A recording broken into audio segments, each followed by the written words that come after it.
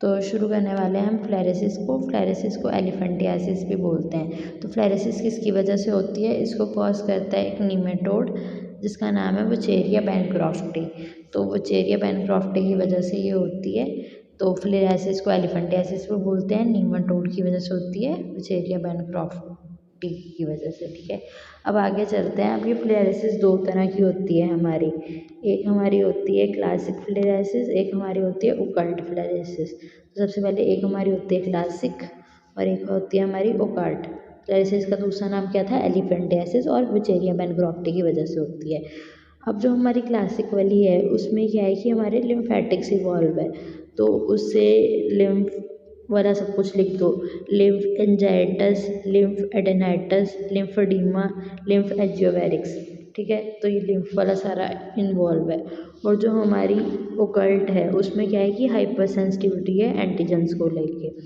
तो दो तरह की है, क्लासिक और ओकल्ट। क्लासिक में क्या है कि lymph एंजाइटस, lymphadenitis, lymphoedema, lymphangiovarix. ठीक है, फिर हाइड्रोसील वगैरह इतना याद रखने की जरूरत नहीं है। ठीक है, ओकल्ट में क्या है? हाइपर सेंसिटिविटी आ गई एंटीजेंस को लेके। तो ये होगी हमारी क्लासिफिकेशन।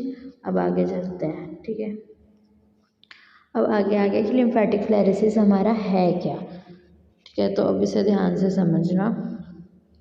कोई अच्छा सा कलर ले लेते हैं। ठीक है, अब लिम्फेटिक फ्लेरेसिस हमारा क्या है कि ह्यूमन डिसीज़ है। ह्यूमन को कॉज होता है, किससे होता है? पैरासाइट, जो हमने अभी बात की कि नीमेटोड की वजह से होता है।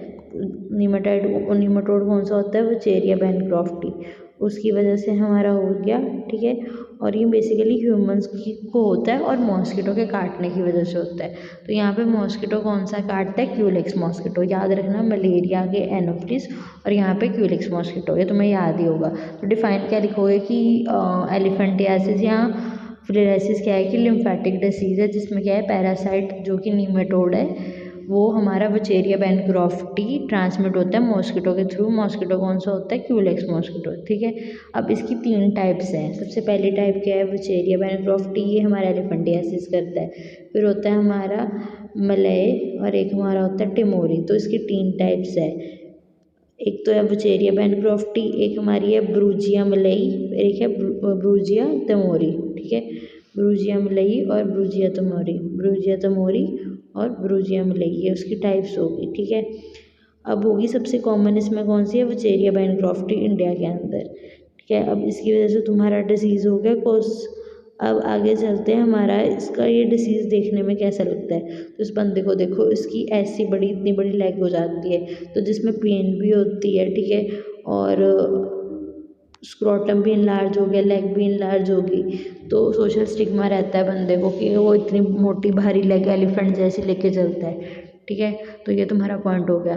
तो अभी तक इतना समझ आ गया। वुचेरिया बैनक्रॉफ्टी की वजह से होता है, 2 टाइप होती है, क्लासिकल और ओकल्ट। क्लासिकल में सिर्फ सारी वो लिम्फेजाइनेटस, लिम्फेडेनाइटस, लिम्फेडिमा, लिम्फेजियोवेरिक्स, ये सारा आ गया हमारा। ठीक है, उसके बाद लिम्फ फ्लेरेसिस होता क्या है? वुचेरिया बैनक्रॉफ्टी की वजह से होता है क्यूलेक्स मॉस्किटो।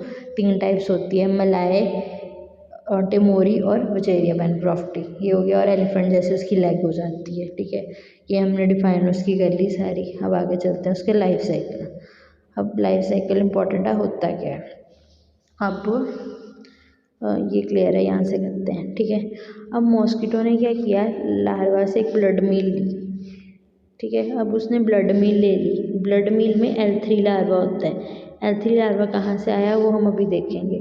तो मॉस्किटो ने एक ब्लड मील ली। मॉस्किटो ने कहीं से पहले पिछले ह्यूमन से ब्लड मील ली हुई थी, उसमें L3 लार्वा था।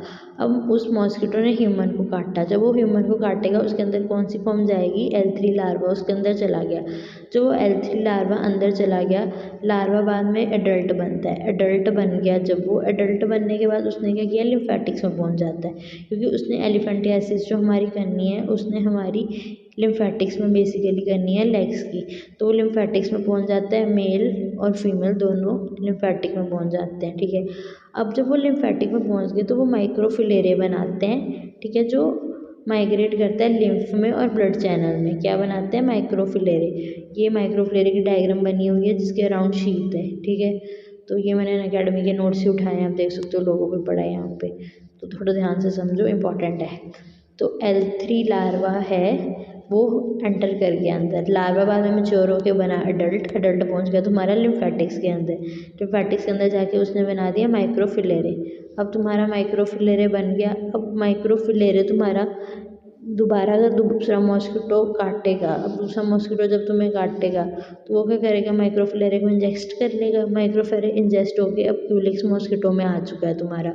अब उस क्यूलिक्स मॉस्किटो के मिडगट तक जब वो पहुंचेगा माइक्रोफिलेरे, उसकी जो शीत है वो शेड हो जाएगी। ठीक है, जब वो मिडगट पे पहुंच गया, शीत शेड होगी उसकी, फिर वो थोरेसिक मसल्स की तरफ माइग्रेट करना शुरू हो जाएगा। जब वो थोरेसिक मसल्स तक पहुंचा तो अब वो L1 लार्वा बनेगा, फिर L1 से L2 बनेगा, और फिर तुम्हारा क्या बन गया, L3 लार्वा बन गया। तो जो फार्मर L3 लार्वा बना वो पहुंच जाता है उसकी प्रोबोसिस। प्रोबोसिस क्या होता है कि ये तुम्हारा मच्छर है और ये उसकी चूंज है, तो उसकी चूंज तक पहुंच जाता है और फिर तुम्हारा L3 लार्वा अंदर जाएगा। तो इसको एक बार दोबारा देखो, इस डायग्राम पे आ जाओ। ठीक है, ये तुम्हारा देखो, सबसे पहले L3 लार्वा वाले मॉस्किटो ने काटा, L3 लार्वा अंदर चला गया, अडल्ट बना लिम्फेटिक्स में जाके। मेल और फीमेल दोनों अलग अलग है। मेल ज़्यादा तुम देख सकते हो ज़्यादा घुमा फिरा हुआ है, वो खुला सा है फीमेल वाला। उसके बाद माइक्रोफिलेरे बनते हैं जिसकी अपनी शीत है। ठीक है, ये सारा कुछ हो रहा है ह्यूमन के अंदर। ये सारी जो जितनी भी स्टेजेस तुम देख रहे हो ये सारी थी ह्यूमन के अंदर जो स्टेजेस हो रही है। अब उसके बाद माइक्रोफिलेरे को इंजेस्ट कर लिया, वो हमारा पहुंच जाता है गट पे, और गट में पहुंच के वो पहुंचता है थोरेसिक मसल्स पे, जिसमें L1 L2 और L3 बनता है, और माइग्रेट कर जाता है प्रोबोसिस के अंदर, और फिर तुम्हारा L3 L2 ये सारा तुम्हारी मॉस्किटो की स्टेजेस है। तो ये तुम्हारा हो गया। अब इसका एक बार टेक्स्ट पढ़ लेते हैं ये क्या कह रहे हैं।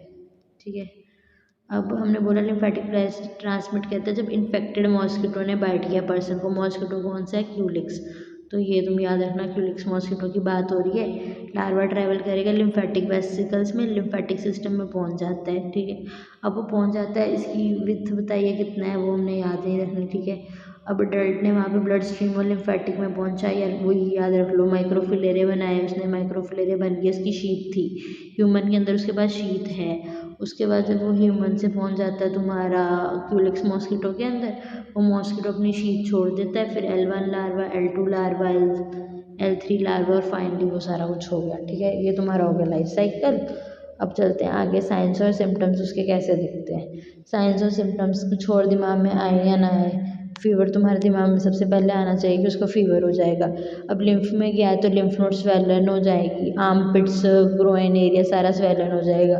अब बंदे के दिमाग में ले आओ ना, बंदा तुम्हारा कैसे दिख रहा था, पिछली डायग्राम में देखते हैं कैसा दिख रहा था।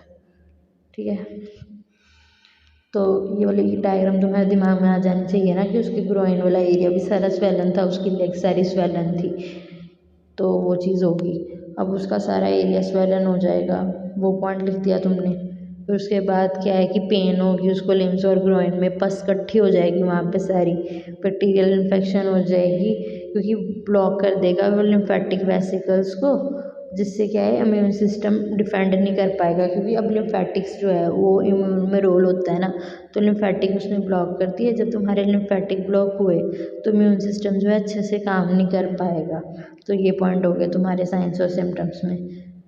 और ऐसे पस या मांस सा सेल बनना शुरू हो जाएगा अलग अलग, क्योंकि तुम्हारी इम्यूनिटी कम हो गई है।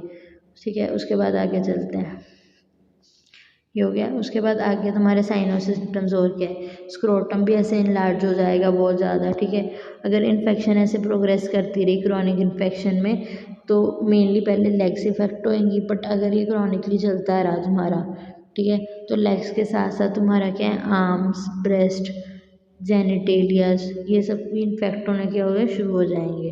ठीक है, अब जो स्वेलिंग है अब लिम्फ की हो रही है तो इसको हम बोलते हैं लिम्फोडीमा, तो ये तुम याद रख सकते हो। ठीक है, अब क्या है कि अडल्ट फॉर्म कहता है लिम्फेटिक सिस्टम में रहेगा, तो वो सारा पॉइंट हो गया। इम्यून सिस्टम हमारा कम हो जाएगा, इम्यून सिस्टम अच्छे से काम नहीं करेगा। स्वेलिंग से स्किन कैसी हो जाएगी, देखो स्पॉन्जी सी स्किन हुई हुई है ना, तो स्पॉन्ज जैसी स्किन हो जाएगी, स्पॉन्जी सी हो जाएगी। ठीक है, और जो हमारा है पिटिंग अडीमा होता है, नॉन पिटिंग नहीं है, मतलब हम उसको दबाएंगे तो शेद सा बन जाएगा, प्रेसिंग करेंगे स्किन को और डिसअपेयर नहीं होती वो। ठीक है, तो बिटिंग टाइप की होती है, तो एलिफेंटियासिस बोलते हैं क्योंकि एलिफेंट जैसी इसकी लेग्स दिख रही है। ठीक है, ये तुम्हारा हो गया। अब आगे चलते हैं क्या है। और डायग्नोज तुम कैसे कर सकते हो? डायग्नोज करने के लिए तुम क्या कर सकते हो? माइक्रोफ्लेरे चेक कर सकते हो ब्लड में। मैंने बोला था ना माइक्रोफ्लेरे ह्यूमन में दिखते हैं जिसकी शीत होती है। अब इम्यून सिस्टम हमारा अच्छे से काम नहीं कर रहा तो पहले ईओसिनोफिल एज एलर्जी की तरह वो ईओसिनोफिल तुम्हारे क्या होंगे, बढ़ जाएंगे। तो ईओसिनोफिल का तुम्हारा नंबर बढ़ा हुआ है, वो चीज़ होगी। ईओसिनोफिल का नंबर बढ़ गया, ठीक है, ईओसिनोफिल का नंबर बढ़ गया। उसके अलावा क्या है कि अल्ट्रासाउंड में तुम्हें अडल्ट मोम दिख ही रहे होंगे। तो ये पॉइंट हो गया तुम्हारा डायग्नोसिस का। अब ट्रीटमेंट तुम कैसे कर सकते हो? डाइइथाइल कार्बामेज़ीन दे के, जिससे उसको थोड़ा थोड़ा फ़र्क पड़ना शुरू हो जाएगा। 1 से 12 दिन के लिए देनी है। और ट्रीटमेंट क्या है? अल्बेंडाजोल दे दो, वॉम इन्फेक्शन हुई है ना, अल्बेंडाजोल दे दो, या फिर तुम डाइइथाइल कार्बामेज़ीन, वही हो गया। एंटीबायोटिक में डॉक्सीसाइक्लिन दे लो। तो ये तुम्हारा हो गया। तो एक बार फटाफट से रिवाइज करते हैं। वुचेरिया बैनक्रॉफ्टी हमारा उसकी वजह से होता है फ्लेराइसिस या एलिफेंटियासिस, जो एक नीमेटोड है। ठीक है, 2 एग्जांपल्स होते हैं इसकी, क्लासिकल और ओकल्ट। क्लासिकल में सारी लिम्फेजेंटस, लिम्फेडेनेटस, एडीमा। ठीक है, ओकल्ट में हाइपरसेंसिटिविटी वगैरह। अब हमारे यहाँ की लिम्फेटिक फ्लेरेसिस। फ्लेरेसिस हमने पता है क्या होता है, 3 रीजन्स की वजह से होती है। बैनक्रॉफ्टी, मलाई और टिमोरी। बैनक्रॉफ्टी वाली इंडिया में कॉमन है और बंदे की लेग ऐसे स्वेलन हो जाती है, स्क्रोटम स्वेल हो जाता है। ठीक है, अब इसका लाइफ साइकिल क्या है? लाइफ साइकिल में हमने किया था कि सबसे पहले हमारा L3 लार्वा होता है, वो अंदर जाता है, एडल्ट लिम्फेटिक्स में जाके बैठ जाते हैं। उसके बाद माइक्रोफ्लेरे बनते हैं जिसकी शीत होती है। फिर जब वो क्यूलिक्स मॉस्किटो में वापस जाता है, गट में पहुंच के माइक्रोफ्लेरे अपनी शीत छोड़ देता है। L1 लार्वा, L2 लार्वा, फिर L3 लार्वा मॉस्किटो के अंदर चल जाता है। ये पॉइंट हो गया। फिर हमने बोला था फीवर हो जाता है, लिम्फ स्वेलिंग हो जाती है क्योंकि उसकी इम्यूनिटी कम हो गई, लिम्फेटिक में गया है। तो बैक्टीरियल इन्फेक्शंस वगैरह टिश्यू के अंदर होना बहुत ज़्यादा कॉमन है। बहुत सारे पॉइंट हो गए तुम्हारे। लिम्फोडीमा हो जाएगा, स्किन स्पॉन्जी हो जाती है, पिटिंग एडीमा, इम्यूनिटी कम हो जाएगी, वो सब हो गया। उसके बाद उसे तुम डायग्नोस कैसे कर सकते हो? ब्लड स्मेयर बना के, ईओसिनोफिल काउंट ज़्यादा हो जाएगा, अल्ट्रासाउंड करा सकते हो, फिर डाइमेथाइल कार्बामेज़ीन दे दो या अल्बेंडाजोल दे दो। तो ये तुम्हारी होगी वीडियो। अगला टॉपिक कौन सा तुम पहले चाह रहे हो, तुम कमेंट कर सकते हो।